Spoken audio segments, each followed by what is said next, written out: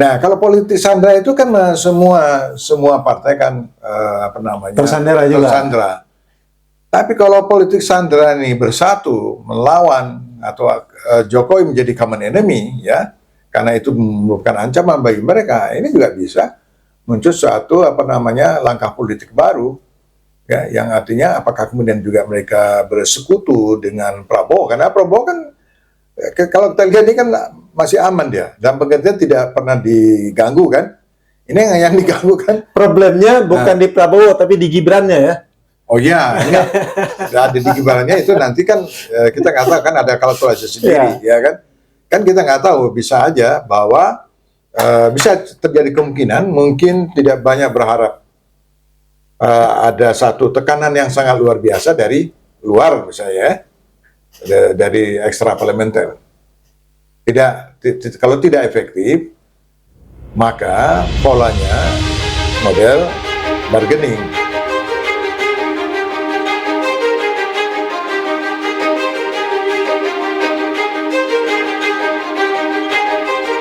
Pemirsa, berjumpa lagi dalam Bincang Spesial Jurnal Politik TV. Edisi khusus pertengahan bulan Ramadan tahun 1445 Hijriah.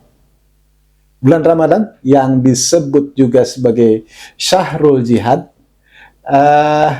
dimanfaatkan oleh sebagian masyarakat untuk tetap bahkan menjadi ruh perjuangan politiknya. Kita ingin ngobrol-ngobrol dengan Prof. TB Masa Djafar yang masih terus mengamati perkembangan terkini dari proses pasca proses pengumuman hasil pemilu, baik lewat jalur Mahkamah Konstitusi maupun lewat DPR digulirkannya hak angket. Bang TB, ini disebut-sebut selalu kita belajar Ramadan itu Syahrul Jihad. Dan ini semangat Syahrul Jihad ini dimanfaatkan oleh para politisi, para pejuang, bahkan bukan para politisi di Senayan saja. Kelompok-kelompok masyarakat juga begitu. Di minggu-minggu pertama misalnya, sambil berpuasa, demo itu. Bang TB melihat seperti apa? Ya, soal pemilu ini ya, Bung Hadi, ini sudah menjadi concern banyak pihak.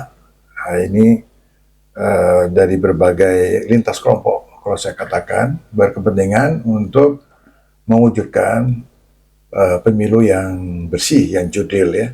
Itu prinsipnya. Dan juga terlepas seberapa yang melakukan demonstrasi menjelang pengumuman hasil pemilu itu adalah ekspresi ya rasa ketidakpuasan atau penilaian bahwa pemilu kali ini itu adalah bukan pemilu yang sebagaimana yang diharapkan. Nah, penuh kecurangan, dan itu saya kira data sudah sangat banyak gitu. Nah, yang ketiga ingin saya katakan bahwa soal bagaimana kelanjutan dari hak angket, kemudian juga ada proses di MK, jangan lupa ini masyarakat sipil sangat berkepentingan. Dan isu ini itu sudah masuk juga pada dunia global dan menyoroti bahwa demokrasi Indonesia itu bermasalah. Nah, artinya apa? Artinya iklim baik lingkungan dalam maupun lingkungan luar ya tetap memberikan perhatian pada soal pemilu. Jadi ini ceritanya masih panjang. Masih panjang ya? Masih panjang. Tapi kan kalau hak angket yang bergulir, itu kan tembakannya ini kepala pemerintahan. Kepala pemerintahan adalah Pak Jokowi. Iya. Jadi bukan Pak Prabowo. Kelihatannya sebagian masyarakat nggak ada problem juga tuh dengan Pak Prabowo, tapi ujungnya ini adalah yang akan di bombardir ini lewat DPR ini adalah presidennya. Menurut Anda gimana? Ya, kalau kita lihat trennya kan ini agak unik ya. Jadi pada penyelenggara pemerintah, dan ini adalah Pak Jokowi. Nah, ini Pak Jokowi ini sudah semacam common enemy. Nah, tentu saja banyak alasan-alasan, ya baik alasan-alasan objektif, apa misalkan tentang penggunaan dana kampanye yang di luar aturan main ya, itu bisa digugat penyalahan Penyalahgunaan ya. penggunaan dana bantuan sosial itu bisa diperdebatkan dan sekarang sudah sangat nyaring kita lihat ya.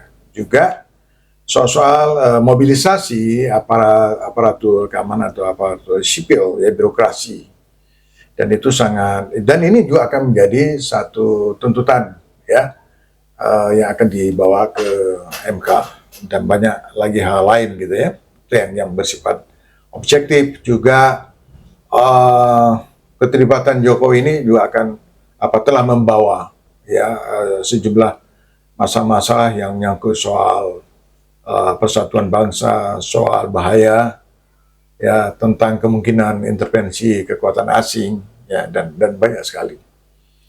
Nah, tentu saja ya, kepentingan subjektif itu ya bergantung kepada para aktor-aktor ya, partai-partai yang punya kepentingan apa di balik itu.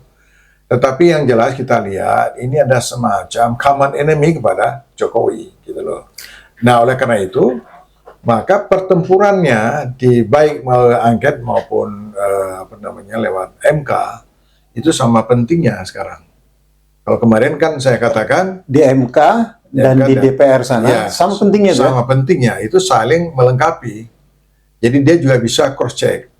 Nah, nanti kita lihat kalau tone-nya lebih tinggi hak angket ya, nanti kan juga ada pembuktian itu juga nanti justru ini akan menjadi konfirmasi, bahkan menjadi penekan di dalam keputusan MK. Walaupun MK tidak bisa intervensi, tapi secara politik, pengaruh politik itu tetap ada. Bang TB, ini masih berkaitan dengan gugatan di MK.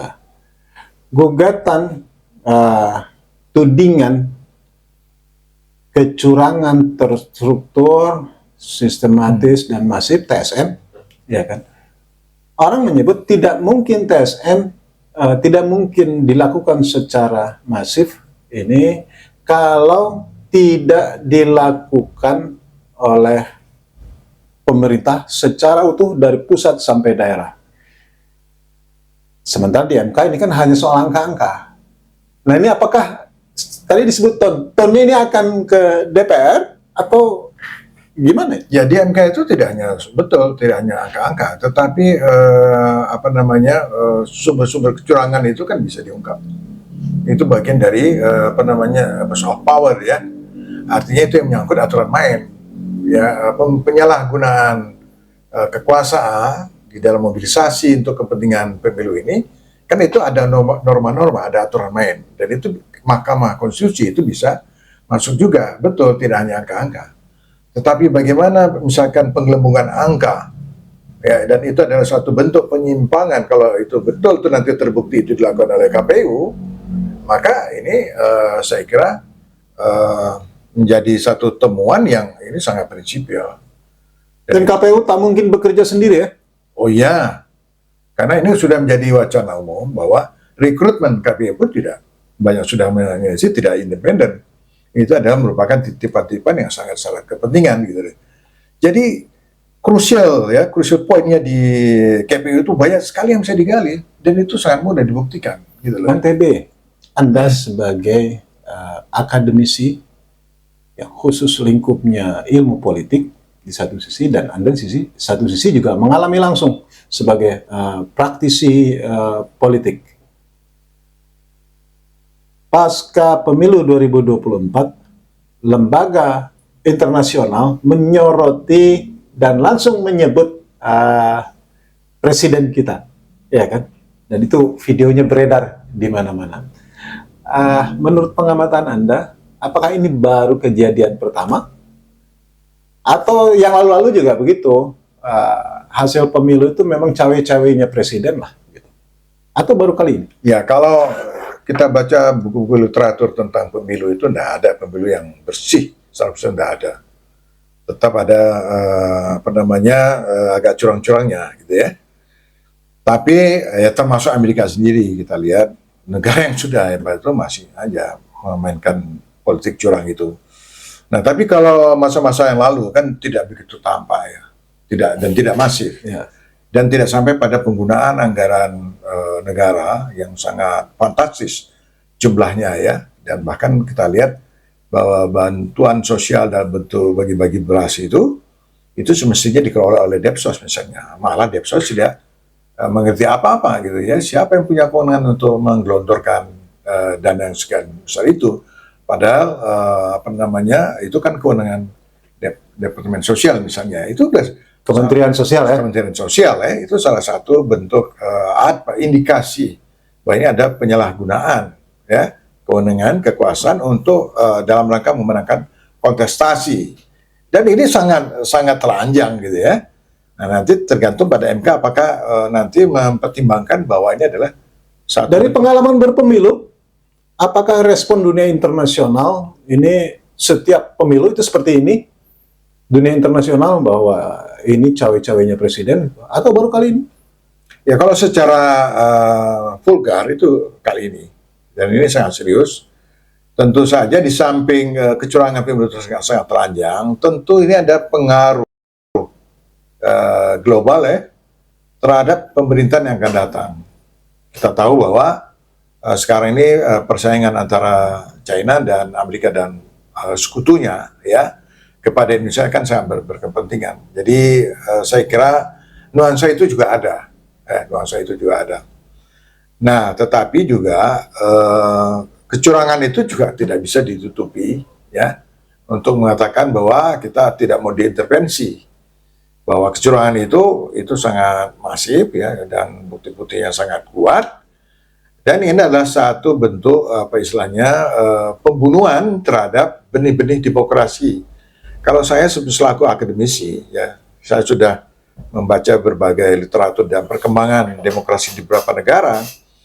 Mestinya Indonesia ini sudah masuk pada tahap sudah mengakhiri masa konsolidasi demokrasi, kemudian mengakhiri transisi demokrasi, mestinya ya. Tapi yang kita lihat dari bentuk-bentuk pelanggaran pemilu, bahkan juga peran dari parlemen, partai politik, itu kita menjadi agak skeptis. Jadi ada langkah mundur, dan itu sudah dinyatakan di dalam indeks demokrasi ya. Jadi bukannya menguat, tapi melemah. Nah, pada 2 periode Jokowi, tampak pelemahan demokrasi itu sangat kentara. Jadi kepentingan masyarakat sipil itu lebih ke sini. Bahwa masyarakat sipil dan kita pada umumnya, dan saya juga dari akademisi, itu sangat berkepentingan untuk bagaimana perkembangan demokrasi kita, itu pembangunan demokrasi kita dari waktu ke waktu itu menunjukkan pada penguatan. Sehingga apa yang menjadi pesan rektor, 30 rektor di kampus Gadjah Mada 3 tahun yang lalu, kan harapannya agar pemilu 2 tahun yang akan datang, mereka berharap adalah pemilu yang berkualitas. Ya, ada beberapa poin, dan pemilu yang berkualitas itu adalah jalan bagi Indonesia untuk melakukan ekspansi dalam peran-peran yang lebih strategis di dalam kancah dunia internasional. Jadi ini adalah satu obsesi pandangan dari publik yang juga harus dipertimbangkan. Jadi bukan Anda masih optimis ini akan terus bergulir hak angket ini?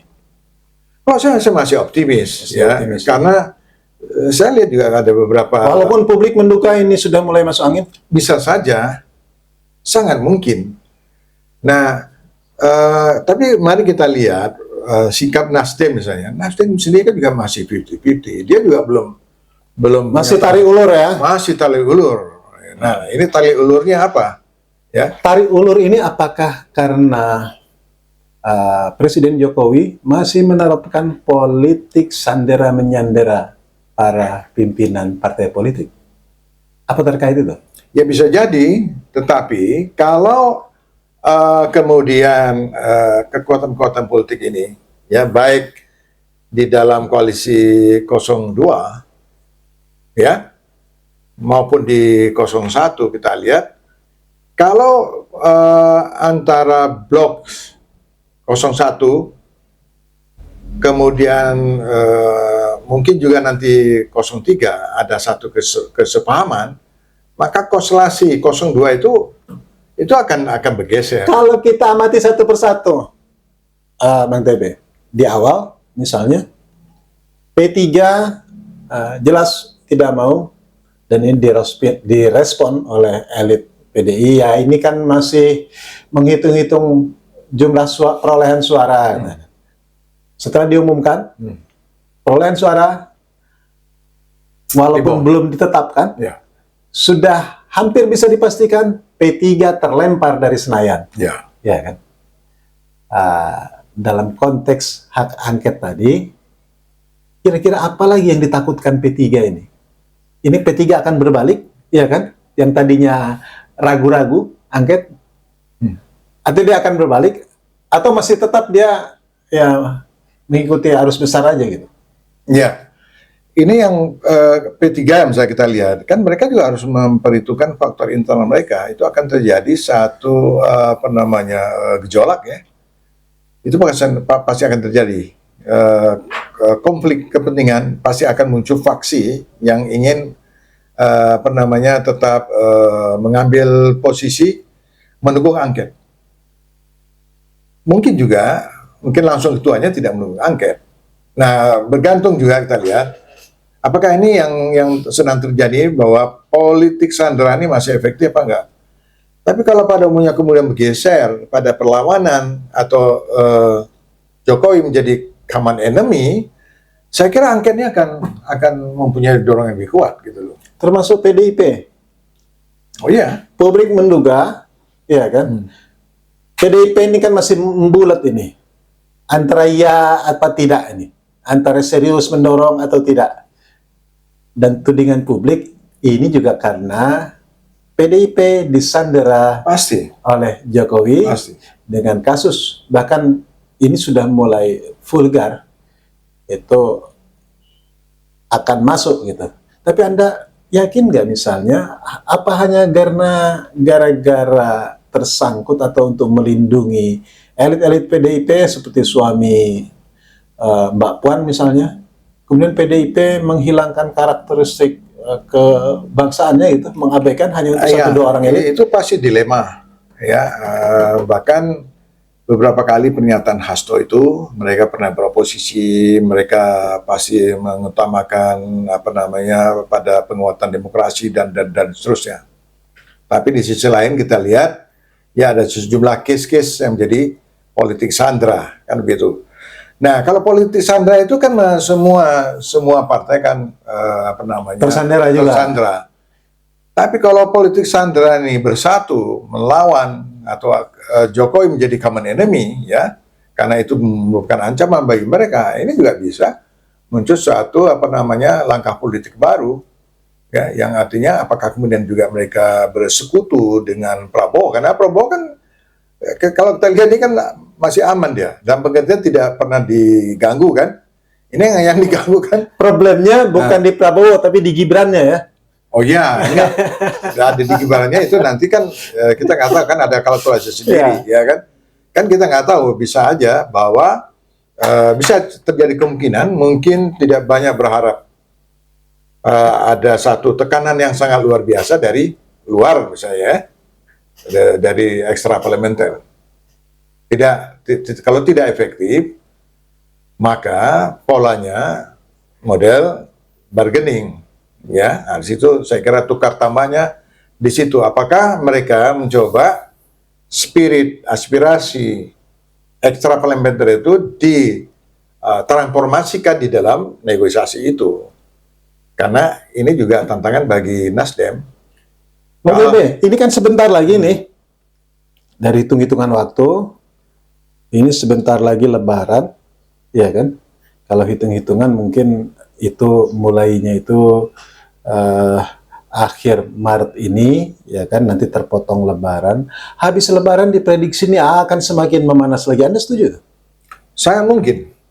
Nanti saya katakan bergantung pada proses angket dan MK. Bukan Lebaran ini malah jadi ajang transaksi untuk menghilangkan ini? Oh, nggak bisa. Nggak bisa. Ini ya, biaya-biaya Lebaran begitu? Bisa ya, tapi nggak akan banyak pengaruh. Karena ini kita belum lihat ya apa yang terjadi di hak angket dan di Mahkamah Konstitusi. Dia ini sangat berpengaruh kedua-duanya ini. Sehingga nanti masing-masing mengambil posisi. Ya, apakah mereka diuntungkan dengan dua proses ini atau mereka berlindung di balik ini, kemudian semua difokus ke Jokowi. Jadi ini masih terus berjalan. Nah, nanti kita akan lihat bagaimana proses di MK dan angket itu. Dan itu masih bisa terjadi berbagai kemungkinan gitu ya. Nah, ini banyak yang berkepentingan juga ya untuk ini supaya bergulir ya. Maksudnya? Ya, artinya partai-partai politik sendiri misalnya seperti P3 harusnya punya kepentingan untuk mendorong hak angket ini kan. Ya, semestinya kalau mereka kalkulasinya berhenti pada kepentingan pribadi ya selesai, mereka lebih kompromi. Tapi kalau mereka ini kan sudah didesak juga, banyak juga konstituen P3, elemen P3 yang kecewa berat. Nah, dia kalau tidak mencoba mengambil jarak dengan kekuasaan itu, lebih berpihak kepada ketidakadilan pemilu curang ini, barangkali itu bisa mengobati. Fenomena Surya Paloh, pemimpin Nasdem, bertemu Prabowo, ini berpengaruh nggak? Berpengaruh kepada apa? Mendorong hak angket, atau menghentikan, mendorong ke MK, atau menghentikan, itu berpengaruh nggak? Pasti ada pengaruhnya, ya kan? Bergantung kita lihat nanti, ya, bagaimana juga sikap dari partai-partai lain. Jadi kalau mereka konsisten terhadap komitmen perubahan, tentu mereka harus dorong angket dan Mahkamah Konstitusi. Karena jangan lupa, kita nggak tahu nih, Mahkamah Konstitusi itu bisa aja hasilnya di luar dugaan. Ya, kita nggak tahu. Ini bahwa politik ini kan tidak steril. Jadi pengaruh global itu masih menjadi pertimbangan. Jadi belum bisa kita sampai pada suatu kesimpulan. Yang pasti ini masih terus bergulir ya? Masih panjang. Jadi makanya kita lihat nanti bagaimana proses angket dan proses di MK. Dan kemudian nanti kita lihat juga mudah-mudahan masyarakat sipil terus ikut melakukan kontrol terhadap dua proses. Mengawal kedua proses Mengawal dua proses, baik di angket. Sudah dengar bocorannya kalau menjelang ke MK itu juga sudah siap-siap barisan para pendemo dan juga ke DPR akan kembali lagi bergulir para pendemo masyarakat. Itu saya kira karena itu tidak mungkin tidak supaya angket dan Mahkamah Konstitusi itu efektif. Kalau tidak ada kontrol ekstra parlementer atau masyarakat sipil, kalau tidak ada pressure dari publik ya, pasti nggak mungkin. Itu pasti terjadi. Nah, yang menarik nanti kita lihat fakta-fakta apa yang akan dihadirkan ke MK. Itu bisa merubah konstelasi. Kalau itu sangat meyakinkan dan itu firm, bisa MK untuk memasang diri untuk mensahkan itu. Dan di sini juga Prabowo belum nyaman. Jadi terjadi. Sekarang Prabowo belum nyaman ya? Belum nyaman. Itu masalahnya. Baik Bang Tebe, Ya. Terima kasih. Nanti kita lihat perkembangan berikutnya. Kapan titik nyaman Prabowo itu muncul? Nah, itu nanti kita lihat. Kita nantikan. Pemirsa, nantikan telaah politik, perkembangan politik di tanah air hanya di Jurnal Politik TV. Billahi taufiq wal hidayah. Wassalamualaikum warahmatullahi wabarakatuh.